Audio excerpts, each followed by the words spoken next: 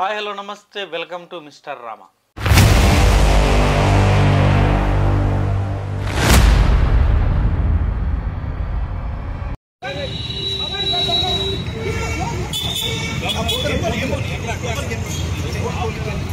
देखो बेटा रवि भाई रवि भाई रवि रवि रवि ఇక్కడ చూడు రవి. సో ఐ బొమ్మ. సో ప్రాక్టికల్గా మాట్లాడుకోవాలంటే అంటే ఈ చట్ట ప్రకారం మనం మాట్లాడుకోవాలంటే ఐ బొమ్మ అనేది అతిపెద్ద ప్రమాదకరంగా మారింది.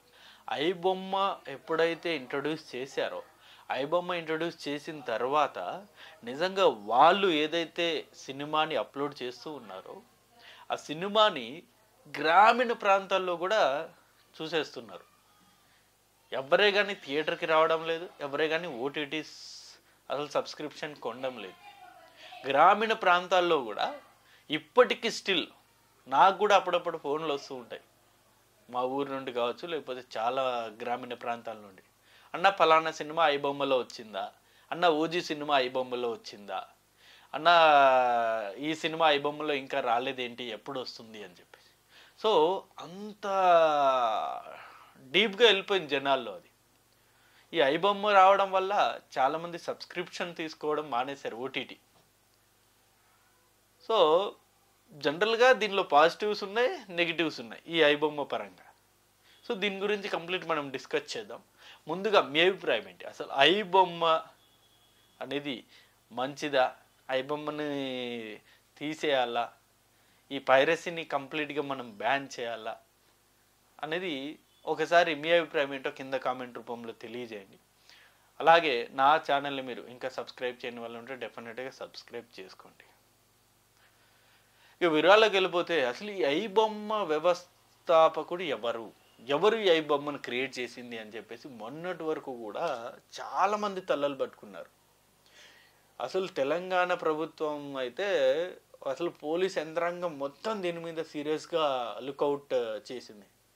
ఎవరు దీని వెనక ఉన్నారు, ఎక్కడి నుండి ఆపరేట్ అవుతుంది, ఎక్కడి నుండి మూవీస్ అప్లోడ్ చేస్తున్నారు, ఎవరు ఇంత పెద్ద వ్యవస్థను నడుపుతున్నారు అని చెప్పేసి కూడా మొన్నటి వరకు కూడా చాలా అంటే చాలా డెప్త్కి వెళ్ళి మరీ ఎంక్వైరీలు చేశారు. ఎంక్వైరీలు చేసిన తర్వాత రీసెంట్గా ఒక నెల క్రితం చాలామంది ఈ ఐ బొమ్మకి ఎవరైతే ఈ మూవీస్ సప్లై చేస్తారో వాళ్ళందరినీ కూడా రీసెంట్గా అరెస్ట్ చేయడం జరిగింది. సో ఆ రోజే అనౌన్స్ చేశారు, ఐ బొమ్మ ఓనర్ ఎవరైతే వ్యవస్థాపకుడు ఉంటాడో ఐ బొమ్మలో ఎవరైతే మూవీస్ అప్లోడ్ చేస్తున్నారో ఆయన ప్రముఖ వ్యక్తి, ఖచ్చితంగా మేము అరెస్ట్ చేసి తీరుతాము అని చెప్పేసి కూడా మొన్నే పోలీస్ డిపార్ట్మెంట్ వాళ్ళు అనౌన్స్ చేశారు. ఎవరో చిరంజీవి గారు వెళ్ళారు, వెంకటేష్ గారు వెళ్ళారు, నాగార్జున గారు వెళ్ళారు, చాలామంది బడా ప్రొడ్యూసర్స్ వీళ్ళందరూ కూడా వెళ్ళారు ఆ రోజు ఆ మీటింగ్కి. ఆ రోజే ఛాలెంజింగ్గా తీసుకున్నారు పోలీస్ వారు, ఎలాగైనా సరే అతన్ని అరెస్ట్ చేసి తీరుతామని చెప్పేసి. సో వాళ్ళు ఛాలెంజింగ్గా తీసుకున్న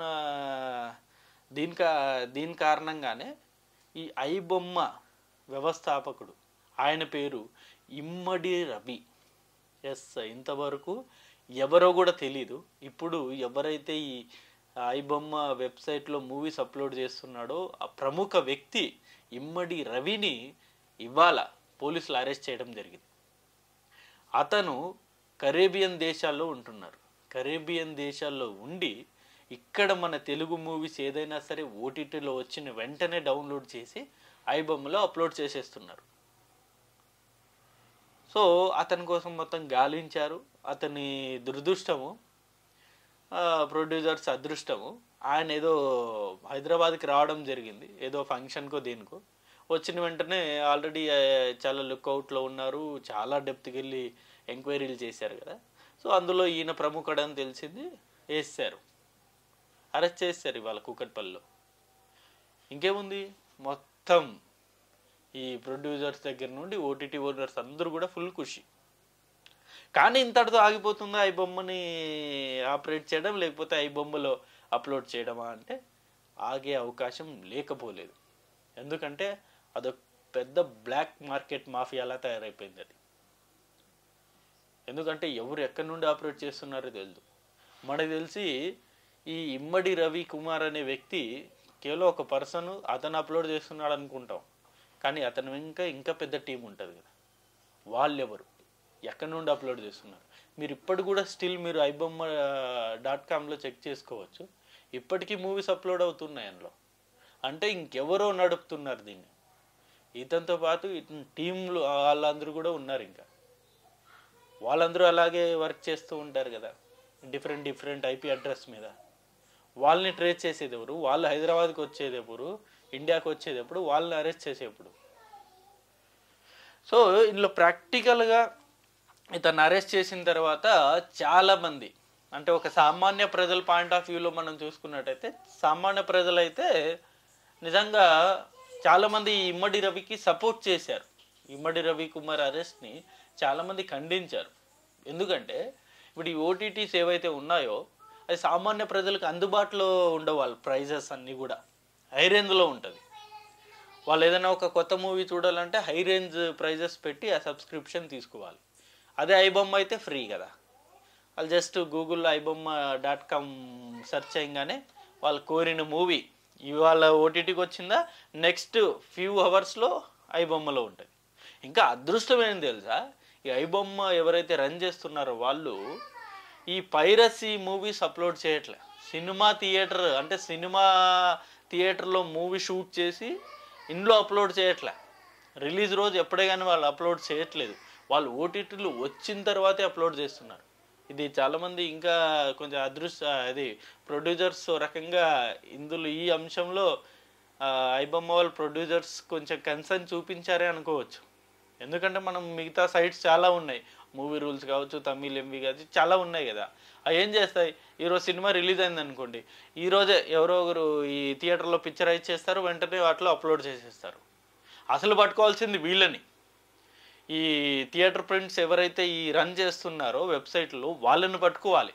వాళ్ళని పట్టుకుంటే ఈ సగం మాఫియా ఆగిపోయినట్టే. ఐబొమ్మలో రిలీజ్ చేసిన మూవీస్ అంటే ఇవి ఓటీటీలో వచ్చిన తర్వాత ఇందులో వాళ్ళు అప్లోడ్ చేస్తారు. ఇది కూడా నేరమే, నేను కాదని చెప్పను. బట్ అసలైన నేరం ఏంటంటే, అసలైన నేరస్తులు ఎవరంటే ఈ మూవీ రూల్స్ కావచ్చు, లేకపోతే మరొక వెబ్సైట్ కావచ్చు, వీటిలో మూవీ థియేటర్ ప్రింట్స్ అప్లోడ్ చేస్తూ ఉంటారు కదా, వాళ్ళని అరికట్టాలి. అవి అరికట్టిన రోజు ప్రొడ్యూసర్ సేవ్ అవుతారు. ఇప్పటికీ చాలామంది తెలుసా, సినిమా రిలీజ్ అయిందనుకో, చాలామంది ఏమనుకుంటారు తెలుసా, థియేటర్కి ఎవరు వెళ్తారులే, మన పలానా వెబ్సైట్లో సినిమా ఉంటుంది చూసేయచ్చు అని చెప్పేసి అందులో వెబ్సైట్లో చూసేస్తున్నారు తీరిగ్గా. థియేటర్కి ఎవరు వెళ్ళట్లే. ఈవెన్ ఇంకా ఏంటంటే ఈ మధ్య కాలంలో టెక్నాలజీ బాగా పెరిగి HD print, high definition print with high quality music audio తోటి అప్లోడ్ అయిపోతున్నాయి. మూవీ రిలీజ్ అయిన రోజే, మళ్ళీ 3-4 days కూడా కాదు, మూవీ రిలీజ్ అయిన రోజే హెచ్డి ప్రింట్లు అప్లోడ్ అయిపోతున్నాయి వెబ్సైట్స్లో.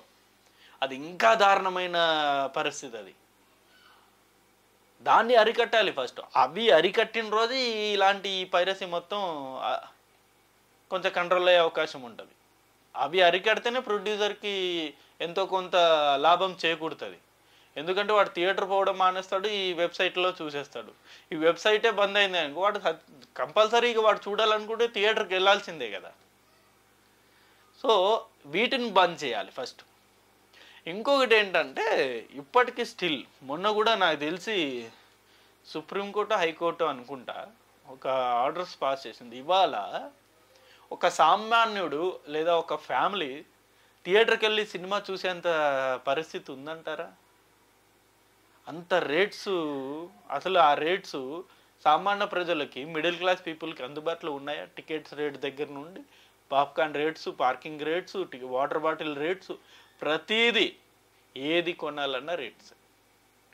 ఒకప్పుడు ఫ్యామిలీస్ థియేటర్కి వెళ్ళడానికి ఎగబడేవారు. శని ఆదివారాలు లేకపోతే పండగ సీజన్ వస్తే అసలు థియేటర్లు నిండిపోయేవి. చిన్న సినిమానా పెద్ద సినిమానా అని కూడా చూసేవాళ్ళు కాదు, ప్రతి సినిమాకి వెళ్ళేవాళ్ళు. ఎందుకంటే అదొకటే ఎంజాయ్మెంట్ ఉండేది ఒకప్పుడు. మహా అంటే ఒక ఫ్యామిలీ అప్పట్లో సినిమాకి వెళ్తే 500 రూపీస్లో అయిపోయేది మొత్తం. ఇంటర్వెల్లో స్నాక్స్ కాడ నుండి మొత్తం అవన్నీ 500 రూపీస్లో అయిపోయాయి, టికెట్స్ ఇంక్లూడింగ్ టికెట్స్ సహా. ఇవాళ ఒక సామాన్యుడు ఒక ఫ్యామిలీ సినిమాకి వెళ్ళాలంటే మినిమం 2000 రూపాయలు లేనిది వెళ్ళడానికి లేదు. మల్టీప్లెక్స్ అయితే అది 3,000 అవ్వచ్చు, 4,000 అవ్వచ్చు. ఒక సామాన్య సింగిల్ థియేటర్కి వెళ్తేనే 2,000 రూపాయలు అయ్యే పరిస్థితి వచ్చేసింది ఇవాళ. ఎందుకంటే టికెట్ రేట్స్ ఒక మంచి పెద్ద హీరో సినిమా అంటే టికెట్ రేట్స్ ఎంత లేదన్నా మినిమం 250. నలుగురు వెళ్తే టికెట్స్కే 1,000 రూపాయలు. ఆ బ్రేక్ టైంలో స్నాక్స్ ఒక ఈవెన్ 600-700 అయిపోతుంది. అలాగే ఏది వెహికల్లో వెళ్తే పార్కింగు, ఇవన్నీ కూడా మినిమం ఒక 2,000 లేనిది ఇవాళ ఒక ఫ్యామిలీ సినిమా చూడలేదు. అందుకని చెప్పేసి ఫ్యామిలీస్ కూడా వెళ్ళడం మానేశారు థియేటర్లకి. మనకెందుకులే, ఎన్నో ఐబొమ్మ ఉంది, లేకపోతే ఓటీటీకి వచ్చాక చూసుకుందామని చెప్పేసి. ఇవ్వండి, ఓటీటీకి వచ్చాక చూసుకుందామని కూడా కాదు, ఐబొమ్మలో వచ్చాక చూసుకుందామని చెప్పేసి కూడా చాలామంది ఈగర్గా వెయిట్ చేస్తున్నారు. ఎందుకంటే ఇప్పుడున్న స్మార్ట్ టీవీస్లో ఐబొమ్మ కూడా స్మార్ట్ టీవీస్లో వచ్చేస్తుంది. వాళ్ళు పర్టికులర్గా సబ్స్క్రిప్షన్ కొనక్కర్లే, అంత వరస్ట్ సిస్టమ్ ఉంది ఇప్పుడు మూవీ సంబంధించి. దీని గురించి మొన్న అదే చెప్పా కదా, హైకోర్టు సుప్రీంకోర్టు ఆదేశాలు కూడా ఇదే డౌట్. ఇవాళ సామాన్యుడు చూసేంత పరిస్థితి ఉందా థియేటర్కి వెళ్ళి అని చెప్పేసి క్వశ్చన్ చేసింది. సో ఒకటి ఈ ఐబొమ్మలు కావచ్చు, మూవీ రూల్స్ కావచ్చు, తమిళ్ ఎంవి కావచ్చు, ఇలాంటి వెబ్సైట్స్ ఏమున్నా, పైరేటెడ్ వెబ్సైట్స్ ఏమున్నా కంట్రోల్ అవ్వాలి. లేకపోతే వాళ్ళ జోలికి ప్రజలు వెళ్ళకూడదు అంటే ప్రజల్ని డైవర్ట్ చేయాలి. వాటి నుండి డైవర్ట్ చేయాలంటే ఏం చేయాలి? టికెట్ ప్రైస్ తగ్గించాలి, స్నాక్స్ ప్రైస్ తగ్గించాలి. అవి రెండు చేస్తే చాలు.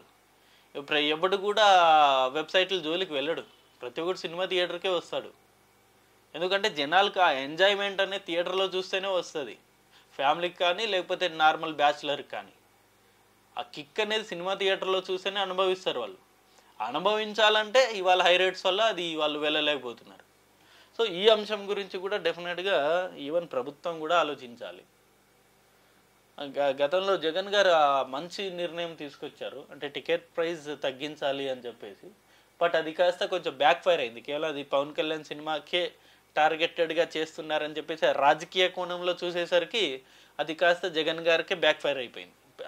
అది మంచి నిర్ణయం. అది అలాంటి నిర్ణయమే తీసుకురావాలి ఇప్పుడు. ఈవెన్ కర్ణాటకలో కూడా అంతే, ఏ సినిమా టికెట్ ప్రైస్ అయినా సరే 200 మించి ఉండరాదు. మంచి నిర్ణయం అది. ఆడియన్స్ వెళ్తారు కదా, ఒకసారి వెళ్ళేటోళ్ళు 2-3 సార్లు వెళ్తారు తక్కువ ప్రైజులు ఉంటే. ఈ అంశాల్లో కనుక ఆలోచిస్తే డెఫినెట్గా ఈ ఐబొమ్మ కావచ్చు, మరొక వెబ్సైట్ చూడాల్సిన పనే లేదు జనాలకి. ఎంచక్క మంచిగా థియేటర్లో హాయిగా ఫ్యామిలీతో పాటు చూసి ఎంజాయ్ చేస్తారు. ఇప్పుడు ప్రస్తుతం అయితే ఈ ఇమ్మడి రవికుమార్ని అరెస్ట్ చేశారు, అలియాస్ ఐబొమ్మ రాజు అంట అతని పేరు. సో అరెస్ట్ చేశారు. ఇక మొత్తం మీకు తెలిసిందే కదా, ఒకసారి ఒక వ్యక్తి అరెస్ట్ అయితే మొత్తం తీగలాగితే డొంక కదులుతుంది అన్నట్టు. మొత్తం దీని వెనుక ఎవరున్నారు ఏంటి అనేది ఇంకా బడాబడా నేతలు పేర్లు కూడా బయటకు వచ్చే అవకాశం ఉంది. చూద్దాం మరి. అసలు మీ అభిప్రాయం ఏంటి? అసలు ఈ ఐబొమ్మ సంబంధించి అతన్ని అరెస్ట్ చేయడం మీద మీ అభిప్రాయం ఏంటి? ఐబొమ్మ మీద మీ అభిప్రాయం ఏంటి? కింద కామెంట్ రూపంలో తప్పకుండా తెలియజేయండి. అందులో చాలామంది ఈ ఐబొమ్మ రాజు, అదే మన ఇమ్మడి రవికుమార్ని సపోర్ట్ చేసే వాళ్ళు కూడా ఉన్నారు. ఒకవేళ మీరు నిజంగా ఆయన్ని సపోర్ట్ చేస్తున్నట్టయితే ఒకసారి మీ అభిప్రాయాన్ని కూడా కింద కామెంట్ రూపంలో తప్పకుండా తెలియజేయండి.